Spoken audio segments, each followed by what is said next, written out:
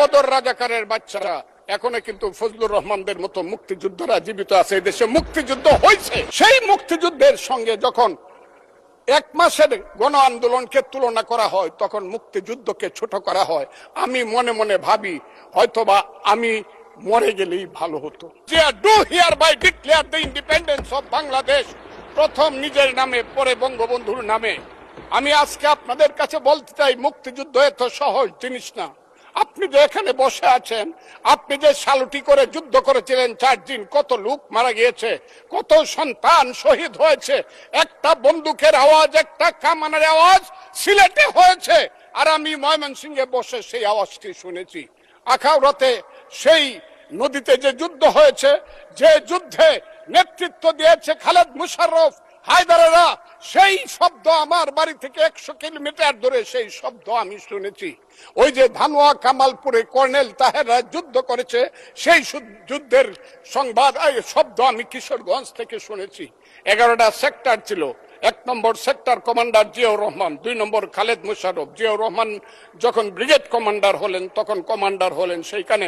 ওই ফেনীর যুদ্ধ, জাফর ইমামদের আজকে যাই করুক তারা, বিলুনিয়ার যুদ্ধ তো আমরা বলবো না। 2 নম্বর সেক্টর কমান্ডার খালেদ মুশাররফ হায়দার, 3 নম্বর সেক্টর কমান্ডার শফিউল্লাহ, 4 নম্বর সিআর দত্ত, 5 নম্বর মীর শওকত আলী, 6 নম্বর MK বাশার, 7 নম্বর কাজী নুরুজ্জামান, 8 নম্বর MA মঞ্জুর, 9 নম্বর MA জলিল, এবং সর্বশেষ 11 নম্বর হইল কর্নেল তাহের, যার পা চলে গিয়েছিল।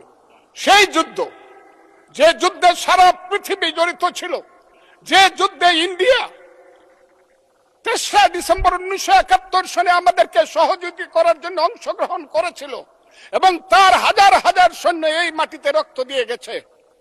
এবং যে ইন্ডিয়া আমাদের দেশের স্বাধীনতার জন্য বঙ্গোপসাগরে যে 7ম নৌবহর এসেছিল, আমেরিকার বিশ্বযুদ্ধের রিস্ক নিয়েছিল।